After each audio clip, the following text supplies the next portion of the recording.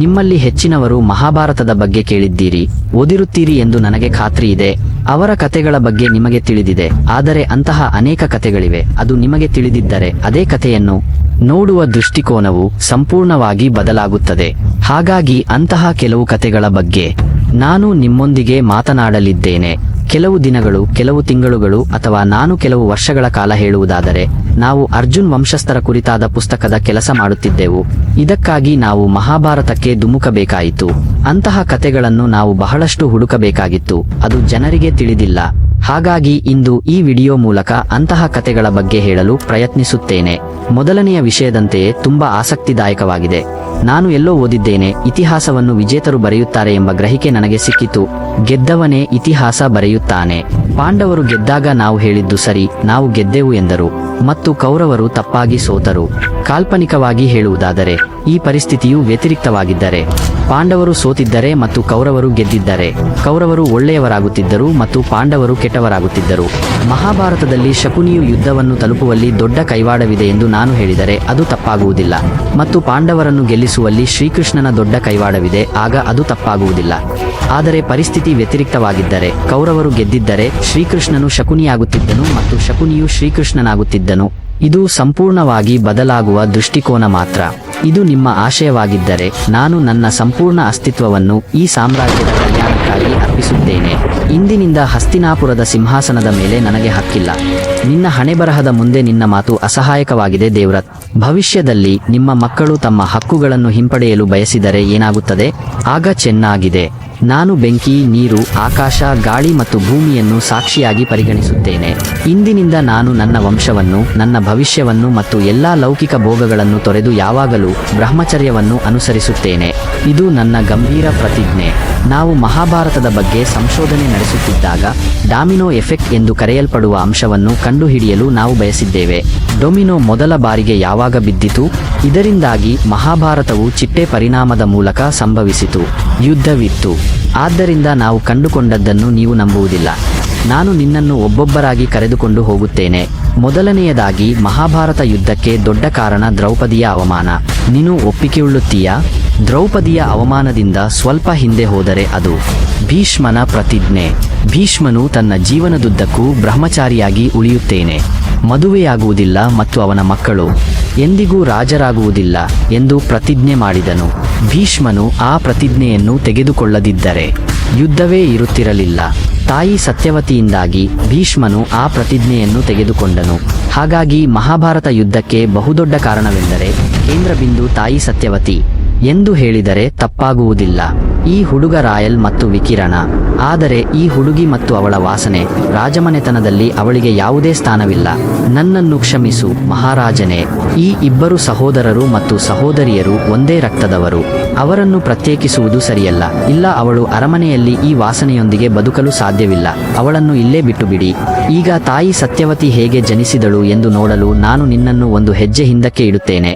ಹಾಗಾಗಿ ಇಲ್ಲಿ ನಾನು ಮೊದಲ ಡೊಮಿನೋವನ್ನು ಕಂಡುಕೊಂಡೆ. ಇದರಿಂದಾಗಿ ಮಹಾಭಾರತವು ಯುದ್ಧವನ್ನು ತಲುಪಬಹುದು. ಹೀಗಿರುವಾಗ ಒಮ್ಮೆ ರಾಜನೊಬ್ಬ ಯುದ್ಧಕ್ಕಾಗಿ ಕಾಡಿಗೆ ಹೋಗಿದ್ದ ಎಂಬುದು ಕತೆ.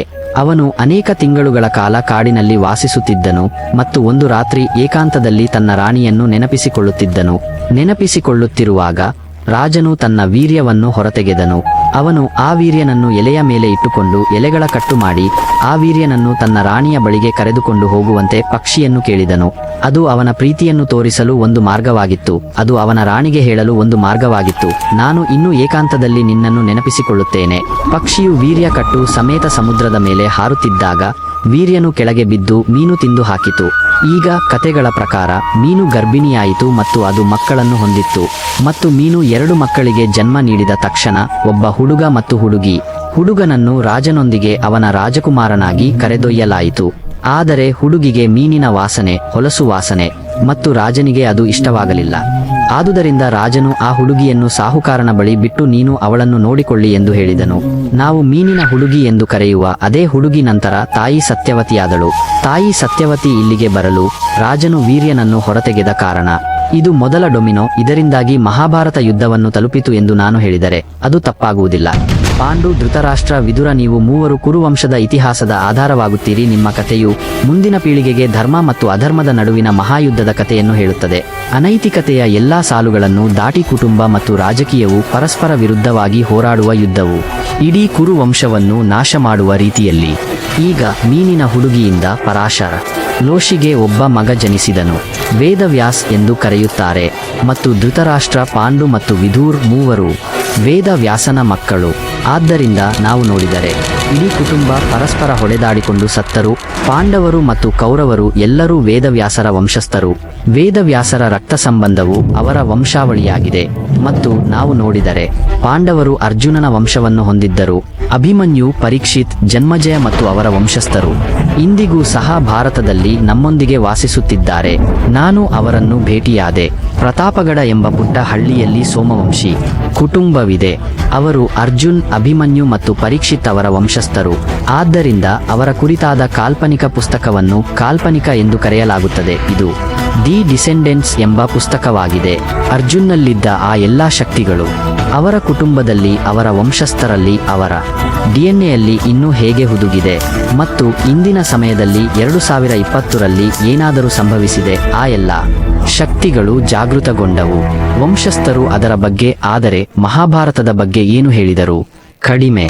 ಇಲ್ಲಿ ನದಿಯ ಮಧ್ಯದಲ್ಲಿ ಯಾರಾದರೂ ನನ್ನನ್ನು ಕಂಡರೆ ನಿಮ್ಮ ದೈವಿಕ ಶಕ್ತಿಗಳಿಂದ ನನ್ನನ್ನು ತುಂಬಿಸುವಿರಿ, ನನ್ನ ಖ್ಯಾತಿಗೆ ಕಳಂಕ ಬರುತ್ತದೆ.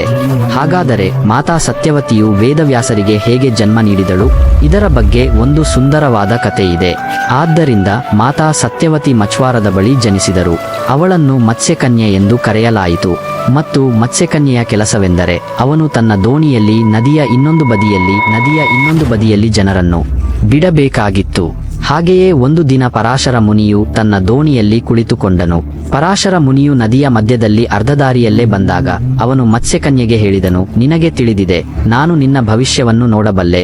ಭವಿಷ್ಯದ ಕಾರಣ ಮುನಿ ಪರಾಶರರನ್ನು ಜ್ಯೋತಿಷ್ಯದ ಪಿತಾಮಹ ಎಂದು ಕರೆಯುತ್ತಾರೆ. ಪರಾಶರ ವಶಿಯು ಜ್ಯೋತಿಷ್ಯವನ್ನು ರಚಿಸಿದ್ದ.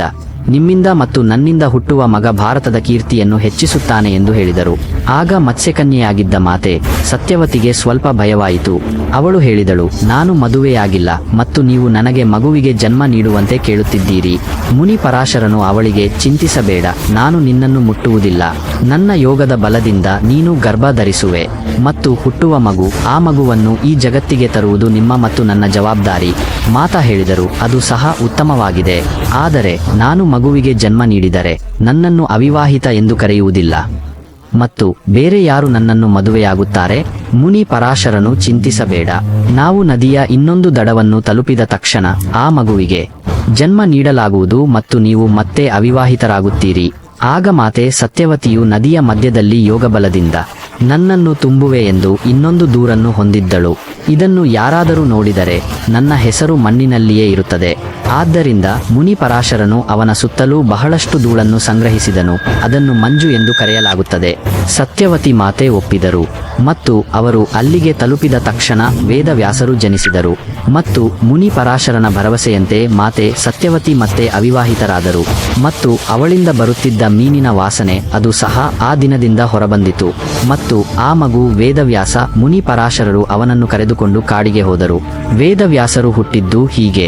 ಆದ್ದರಿಂದ ಮಾತೆ ಸತ್ಯವತಿಗೆ ಮೊದಲು ಮಕ್ಕಳಿಲ್ಲದಿದ್ದಾಗ ವಿಚಿತ್ರವೀರ್ ಮತ್ತು ಅವನ ಇತರ ಮಕ್ಕಳು ಯುದ್ಧದಲ್ಲಿ ಸತ್ತರು. ಆಗ ಮಾತೆ ಸತ್ಯವತಿ ತನ್ನ ಮೊದಲ ಮಗುವನ್ನು ಕರೆದು ಅವನನ್ನು ಮತ್ತೆ ಕರೆದು, ನೀನು ನನ್ನ ಮೊದಲ ಮಗ, ನಂತರ ನನ್ನ ಮುಂದಿನ ರಾಜ್ಯ ಇದು ಆಳುವ ರಾಜ್ಯ ಎಂದು ಹೇಳಿದರು. ಹರಿವ್ರತದ ಮೇಲೆ ನಿಮ್ಮಿಂದಲೂ ಬರಬೇಕು. ಮತ್ತು ಧೃತರಾಷ್ಟ್ರ, ಪಾಂಡು ಮತ್ತು ವಿಚಿತ್ರವೀರ್ ಜನಿಸಿದರು.